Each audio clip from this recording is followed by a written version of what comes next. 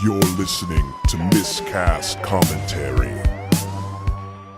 Hey everybody, this is Joe Finley. And this is Todd Tebow, the Sailor Murray. And we're here for another Coming Attractions, and we got a ton to talk about today. Yes, we do. We have gotten a lot of contact from people. No contact from Darnell yet. No Darnell, mostly contact from authorities, I know you're out there. police, the FBI. I've drawn a composite sketch. You look exactly like Ben Kingsley and Katy Perry had a Mixed. baby. Yep, exactly. That's how we look. That's how Where we see are you, Darnell? Get in touch with us. Touch me, Darnell. Anyways, to reach us, if anybody wants to get in touch, they can go on miscastcommentary.com and go to the contact page, or you can email us at miscastcommentary@gmail.com. You can catch us on Facebook. You can catch us on Twitter at miscastpodcast. Lots of ways to get in touch with us, Darnell. We're here. We're not going anywhere. Lots of ways. We're not going. Our last episode might be the one you contact us on. So if you start to tire of the episode, just send us an email. Yeah, and we'll shut it down. We're gonna We'll shut stop. Yeah, we'll do whatever you ask. We're us doing to this do. for you, Darnell. Come on, Darnell. But we've gotten contact from lots of other people. Actually, we got an email from an old friend, Todd. John Rich has emailed us. John, that name sounds very familiar. We went to high school together. We went to high school. Yeah, man. I went to high school? Well, vaguely, for a little while. Yeah, it was mostly fine. I was a hologram. Once again, the teachers chased you out with pitchforks. But yeah, so we got an email from him, and just a little excerpt from the email. All the references to the Power Rangers got me thinking that you should do a commentary on the 1995 train wreck that was Mighty Morphin Power Rangers the movie. I don't think I'd ever watch it more than once, but with reboot being made, I might have to, for science. For science. You know what? You changed that. He actually wrote, all this Power Rangers talk is getting me horny. And we were like, well, we might as well fix that. Because That was the weird. that was the subtext, though. I mean, Yeah, you put a wink at the end of it. Like, what's that mean? well, even when we were talking about the Power Rangers during the episode, Todd's hand was on my thigh immediately. Oh, yes. So that's what Power Rangers does to people. It must be like the pink helmet. It's all the Does it? helmets. Yeah. All the colors of the rainbow helmets. I don't care for the blue one. Oh, the nerd. No, it's not. It's just the helmet and the blue. It's penis-y. Oh, like the blue and the... Oh, Yeah. I like the purple helmet. Yeah. There's nothing penis-y about it. Big and purple. Which one's Bobbing purple? around out there doing kicks. The green one looks most familiar to me. But that's a great suggestion, John. Maybe one day, honest to God, every time we do one of these movies, we think of 8 more to do. Yep. It's like the Hydra. It's every time you lop one off, 2 more take its More place. heads. So we'll get there eventually. I mean, there's no end to the amount of movies. But so that was that. Next part, we reached out on Reddit to the podcasting network. We recognize The podcasting gods. exactly. There are so many. Oh, he's praying to them, evangelist style right now. Oh, he's crying. Send us your money Jimmy for Swagger. podcasts. But Every prostitute that I touch, I will put on the podcast, and it'll be for you. But yes. Anyways, we reached out on there because we recognize there's so many podcasts about movies, and the good news is, as I was looking around and stuff, there's so many different types, so many different spins on the idea. Yep. So I mean, no reason we can't all coexist. So I talked to a lot of. So, that's what my research was completely the opposite. I was were like, you these are the podcast people I'm going to attack when they come out of the parking lot because it's too similar to ours. Yeah. Well, no, but the good news is there was no. Even if they did it first. Yeah, but there was no. The good news is there was no overlap from the ones you're going to attack and the ones that I made friends with. So Great. it's going to be fine. So there's the ones that I read. You guys are safe. Good. But yeah, so we got a great email from the guys from We Watch Anything. It's fantastic. Anything. Anything. That could really. Ooh. Yeah, it could backfire if Holy Todd gets a hold of you moly. guys. But yeah, we really appreciated all the feedback and the kind words you. I got words you guys something had for you to say. watch, boys. There you go. And then we also heard back from people like Nerdflix and Chill, the Movie Musketeers, Franchise Friends, The Magic Lantern, and The Good, the Bad, and the Unwatchable. So thank you guys all. I like the last one. I know, They're it's- all solid podcasts, though. Yeah, we're really. Regardless of what I say, because I have mental problems. Yeah. But yeah, we're really happy to kind of, be in this level of partnership with you guys, and We're like in a club now. yeah, exactly. So reach out to each other, guys. I mean, there's so many of us out there, and there's no sense in thinking that we're enemies in any way. So thank you guys all so much. An interesting thing that came from actually the guys from We Watch Anything was a little correction from our Labyrinth episode. Ooh. So yeah. Busted. I'm not an encyclopedia of knowledge as I thought I was. Anyways, the information I had was, and what I said was essentially, actually, let's just play a clip of it. What made it really bad in theaters, it wasn't really released anywhere. No. It was released in the States and in Spain. That's it. That is it. No Europe, no anything. No, not even Canada from what I can tell. Really? Except on like VHS. So yeah, so that was it. And so the message I got back from the guys from We Watch Anything is, I grew up in London and I'm still here, but in the UK we did get a theatrical release for Labyrinth. Paying to take my family from some money that I got doing chores is one of my distinct preteen memories. So good on you for treating the family to a Jim Henson classic. So what's the correction that they did? They did release it wider. They did release than, in UK. Yeah, they released it wider than I had said. So it could have been everywhere. I don't really know. It's just that was the information. It's always that I wider could than find. you said. I know. You know what? Another correction that we got always too? Shorter, always wider. That's so true. Scratch and sniff. Another correction that we got was that David Bowie's crotch/bulge did not get an on-screen credit for being in the film. No, that was just Jennifer Connelly. Yeah. So we figured that out. We apologize. So yeah, so that stuff out of the way. Let's talk about the movies we're going to be doing. And yes, I said movies. Ease. There's an S at the end, indicating plural. All right, solid dance. Double whammy. We got our fly guy. Yeah, we realized that Halloween was coming, and we've been getting really nice support, and we want to say thank you by doing a proper bonus episode. So we're doing another movie being released on Monday. That's Halloween. Booyaka! And the movie we're doing is described as such. Two cannibals / health food diner owners are on a wacky quest to restore life to the 5 million year old goddess Shitar. Aided by their uncle's brain and penis, the two set about getting the required parts, virgins, assorted body parts from whores, and the ingredients for a blood buffet. Their adversaries are the police, the chief with a Russian accent, a player detective, and a New Yorker with an Australian accent. And anybody who doesn't like the taste of blood. Yes, this movie is called Blood Diner, ladies and gentlemen. Yeah. It is a fantastic movie we just stumbled on in our teens, and we are so happy to be rewatching it now for the first time in I don't even years. remember the movie at all. Yeah, I think it was probably 99 when we last saw this movie. So it's been almost 20 years since we've seen this together. Oh, yeah. Really looking forward to watching it again. Me too. This movie just recently got a Blu-ray release. Oh my God, it did? It did. They're releasing they're running out of movies to put on Blu-ray. I know, but the bad news is this was on YouTube. It may still be on YouTube, like in full. You may have to go digging around to find it if you want to watch along with us. But, everybody's got their own ways of finding movies.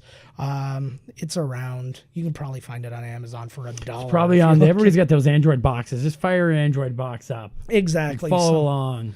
So that's the first one that we're going to be doing. That's coming out Monday, okay? So Blood. keep an eye I've out. eaten at the Blood Diner before, if you know what I'm talking about. I don't. Wink, wink. Oh, Burger King. I got it. Jesus, it tastes like you're eating blood. I'm sorry. Oh, I guess now's the time to bring up this episode is sponsored by Burger King. Have it your way. Please. What is it? I'll have it my way. I won't eat at Burger King. Boom, take that. All right. Remember they came out with that black burger? It had the black charcoal bun. It looked was so disgusting. It was. I've had a charcoal bun at a real place. Awesome. All right. Yeah. Ping. Ping. His Burger King rage is being taken out on our studio here.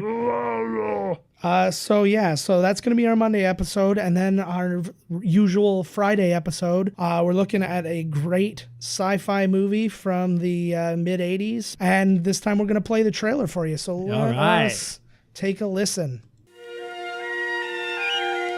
Come on, Alex, they're here! Alex Rogan had a dream.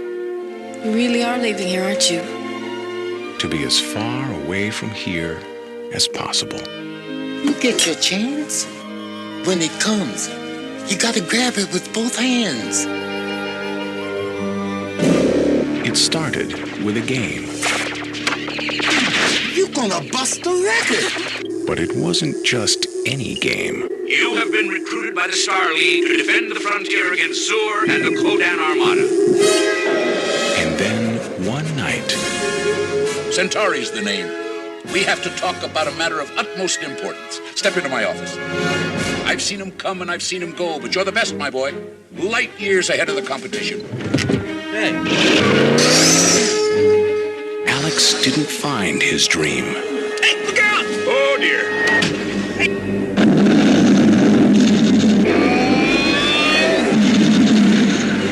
His dream found him. Where are we? Welcome to Rylos, my boy. A world on the brink of destruction.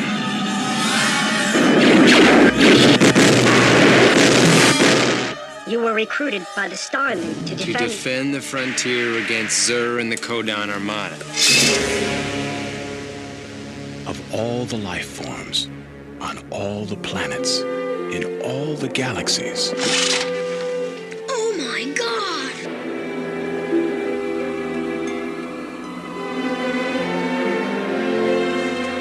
one has been chosen.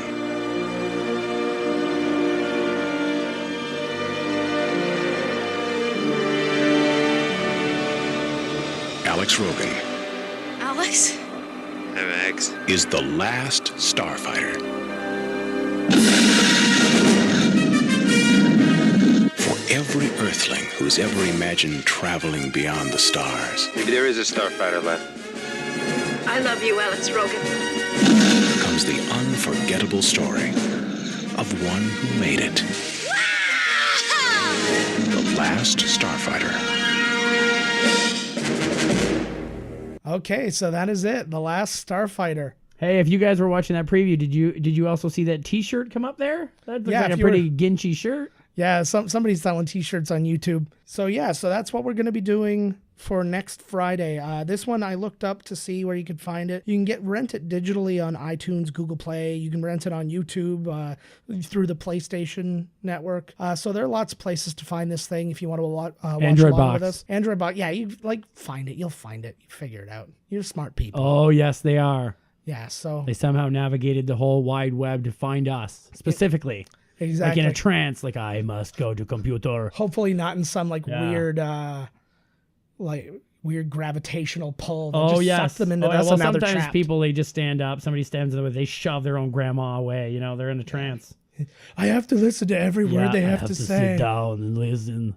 But they're not so entranced that they can still tell us when we said shit wrong about Labyrinth. Yeah, exactly. But there's nothing wrong with that. Give you some leeway room on the old vibes there. Yeah. So a few other things we wanted to do now. We want to just add little elements to this thing so it's not just constant rambling. So we want to talk about a little bit of movie news.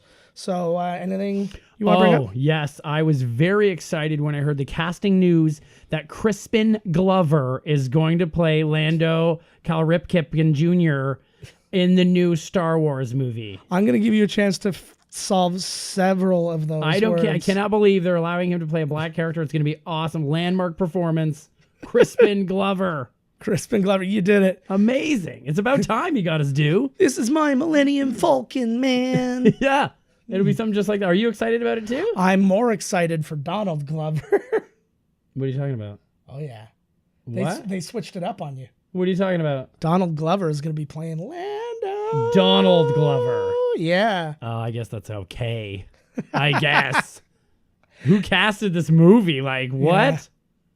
No, honestly, I'm very excited. He's perfect for it. Oh, absolutely. Yeah. And if anybody doesn't know him, he was in Community. He's in The Martian. He's a good rapper, too. Childish Gambino. Fantastic rapper. He's got a new TV show on what he wrote and directed. Atlanta. It's supposed to be Just very got good. I picked haven't up. seen it. I've not seen it yet either. Sorry, Donald Glover, since I know you're probably the one who's watching this in Ashburn, Virginia right now. Oh, my God. What if that was true? Oh, my God.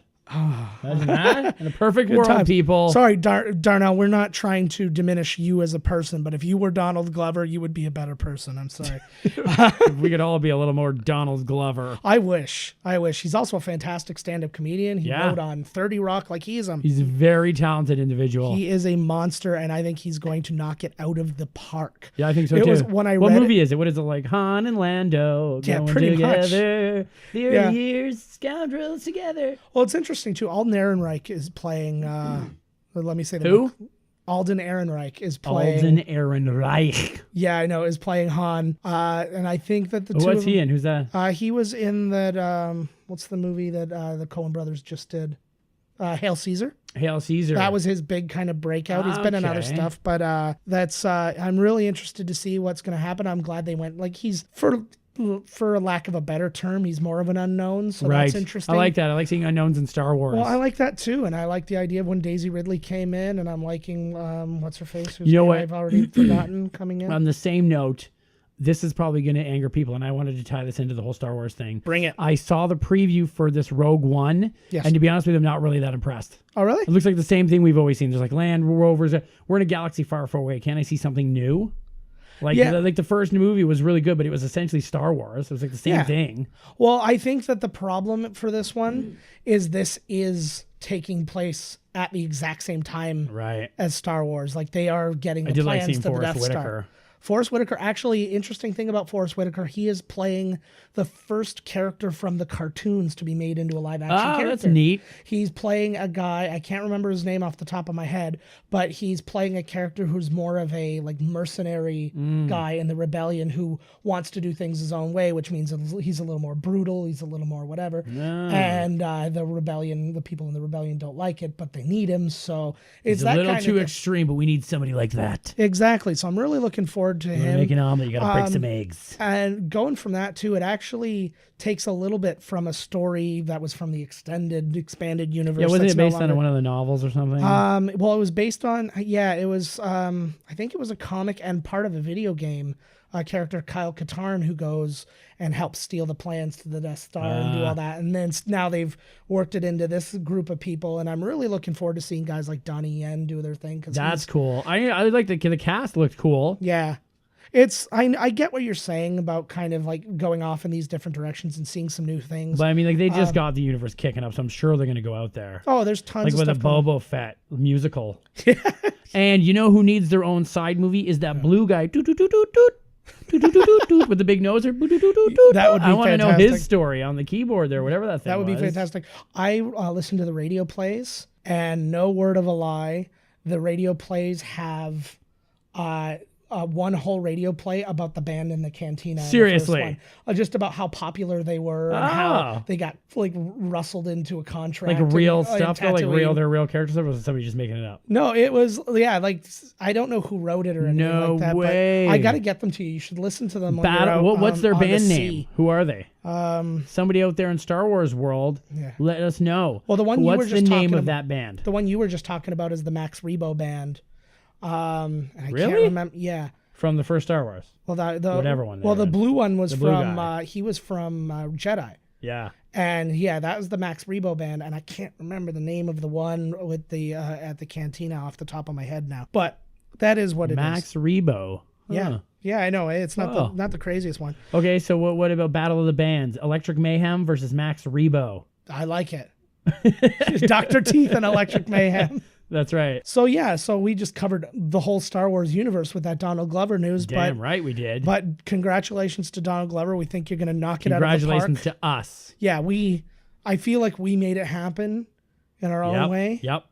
I don't know what way that is. It became. Now cast him as Miles Morales as Spider-Man, and the world will be right. You think so? I don't know. He was a highly... You know what? They screwed over Crispin Glover on this one. Let Crispin Glover be Spider-Man. Crispin Glover. Hey, man. Get your damn webs off her. Get your damn webs off. He knocked him out with a punch. Crispin Glover, you terrify me. But so my piece of news this week is... director Uwe Boll, who's directed things like the Blood Rain movies, In the Name of the King, Far Cry, Rampage. Terrible director. Like all straight to DVDs, pretty much. Some things have gone to theater, but just god awful. He's challenged people to fights who's given him bad reviews, That's which what must you be do. exhausting. Yeah, That's what I do. When I see people badmouth us on here, man, I just pick fights with people. I know, but it must be exhausting for all the bad reviews he gets. He posted this message on Facebook. He's apparently quitting the film industry, and more importantly, he's quitting Everything. crowdfunding. Life. So let's give this message a listen. Oh, here's Uwe Boll, and that is the last update. We have only 4 days to do with the Rampage campaign, and that was my third campaign now after Postal 2 failed, after Indiegogo for Rampage 3 failed, and now Kickstarter failed too.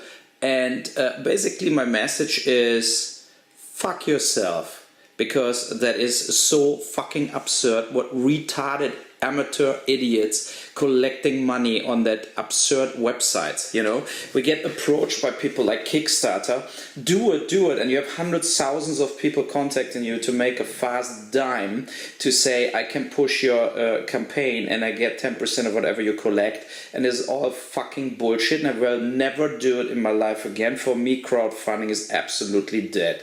Goodbye. And it looks like nobody gives a shit about Rampage 3, so maybe I shouldn't do it then. I have enough money to play golf till I'm dead. And I was willing to do all of this as the campaigns to make any money. I want to do Rampage 3 because it is an important movie. But it looks like you're easier giving $600,000 if you make a movie about some retarded wizard in the forest, or for another whatever Marvel Avengers bullshit dirt. So goodbye and goodbye Hollywood. So that's what Uwe Boll is like if you've never known. Goodbye Hollywood. Yeah, he is fantastic, but I love the idea that Rampage 3 is an important film. It was quite possibly the century's most important piece of art. It was like Eastern Romania's Citizen Kane.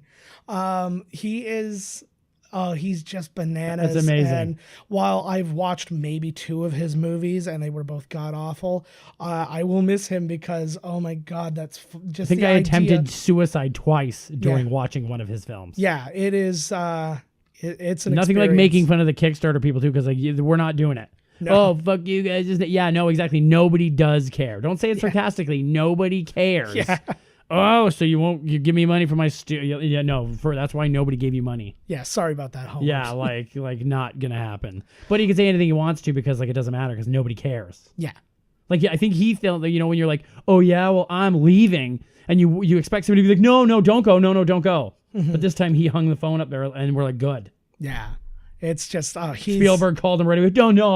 No, please come back. Like the Golden Globes are like, no, we were gonna give you one this time for In the Name of the King 4. Was In the Name of the King with what's Sean Bean? No, Jason Statham. Oh yeah, that was an awesome movie. Where he plays farmer. Forget what I just said. Yeah. So that was that piece of movie news, and now we're gonna dip out of movies for a second because there was another thing Todd wanted to talk about that was big from this week. So I wanted to talk about the announcement of the Nintendo Switch, which I thought was totally mind-blowingly amazing. I'm really, really excited about this. I've always been Nintendo's bitch. Yeah. I like the other systems, but nothing. I personally have a PS4 that's just sitting there because I don't want to spend $80 on a game. Yeah. Because that's a lot of booze and drugs that you're missing out on there. $80? Like, come on, who's the frig? But I've always played Nintendo. Mario, Zelda, Donkey Kong. Yeah. The first-person Nintendo games are amazing, and this system sounds like way too good to be true. It's everything about it. The multiplayer ability, the new screen blows what the Wii U was doing out of the water. The ability to add it only when you want it. Click things on, then click it into the dock and play the same. And apparently there's no, like it does look nice on your TV, but you're not losing anything going from either one. Like it's not going to be squished on the TV. Yeah. Because it's coming from... Yeah, it's doing it's doing a bunch of things. My understanding is this thing's actually running off of cartridges too. Yeah, little tiny ones. Yeah, it's so more like a USB, more like a memory stick type thing than a cartridge. But and that's how you can move these things around and play them. I mean, new Zelda, which is huge open world. New Mario, which is on there. I'm a huge Splatoon freak. Like I play Splatoon like I'm addicted to drugs. It is awesome. Oh, I'll have to play that. And now with this system, you can have 4 people on a team for real. Like we can be a cohesive team and play against 4 dudes or chicks or dude chicks or whoever you want to be from Japan. All over. I really love that, actually. Yeah. I showed the trailer to my wife, and she thought it was a really cool thing. Their only complaint, well, not even complaint, just criticism of the trailer that they showed for it was who gets called out of their house to go sit on some roof. Because that was basically it happens what all the time. Does it? Okay. Yeah, I get people yelling from roofs. Hey, come over. Hey. See, you had Toronto living. I have St. Catharines living. Well, remember the zombie movies too? People are always yelling from roofs. Yeah. It's the zombie apocalypse. Bring your Nintendo Switch. Hey. Yeah. Well, you might as well. Right on. Well, if you can make it. Yeah. But that thing looks awesome, and I wish for the best because Nintendo rules. You did it, Nintendo. You made everybody really excited. Woo! Except for the investors. The investors were not happy because the investors want Nintendo to only do smartphone games. But Nintendo's like, nah, we started this biz notch. Mic drop. But I'm not going to drop our mics because they're expensive. They're not mine. I'm dropping them both. So our next one will be brought to you by us hovering over my laptop. This is brought to you by a cup and a string. They get surprisingly great reception. Yeah, no, that's not bad. Long distance minutes. Alrighty. So last thing we want to do, gonna do top 3 this week. I'm gonna try and do these regularly. I'm gonna take a very niche genre and have my top 3 of the movies and try and explain myself. So this week we're gonna do the top 3 documentaries about filmmaking. Ooh. What is the top? What makes it the top 3? Money making or no? Just my favorites. Oh, yours. And this I might do them from around, but this for my sake. That's why I'm going to explain myself. If it was just this one made more than the other, I don't have to explain shit. I'm going to give honorable mention to the feature-length documentaries that they made on the Lord of the Rings Blu-rays because they made proper step-by-step filmmaking things, but it's not just interviews and going back and forth. It's following them along, and you see Peter Jackson getting in trouble from the ADs for just yakking with people, and you see arguments that he loses. It's not just about making the god look good, he's actually no, it's about telling the truth. He'll about die if you do that to him, Peter. So he's like, well, whatever. Yeah. I guess we'll use a computer to make him then. Yeah. We can't just burn some midget. Come on. Yeah. So then he buried himself in a hobbit hole. Honorable mention to that.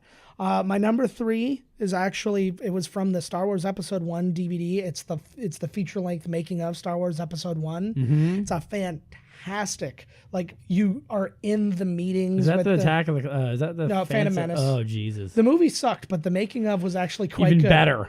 It was... to get in and actually see them talk these things out and go over the script. There's actually a scene where you just see all of the storyboards for all of the movies, and George Lucas is he's got a yellow highlighter and a blue highlighter, and he's showing what's going to be real and what's going to be CG and stuff like that. A lot of it is a group of people sitting around a table. George Lucas comes in naked wearing a robe that's wide open. He doesn't care. He's George Lucas. Yeah, sits down. They all, don't say a word. Then he just instantaneously stands up and leaves the room. Yeah, absolutely. They did catch a lot of really cool moments, though, in this. They actually got the phone call between the producer and Ewan McGregor when Ewan McGregor agreed to do the movie.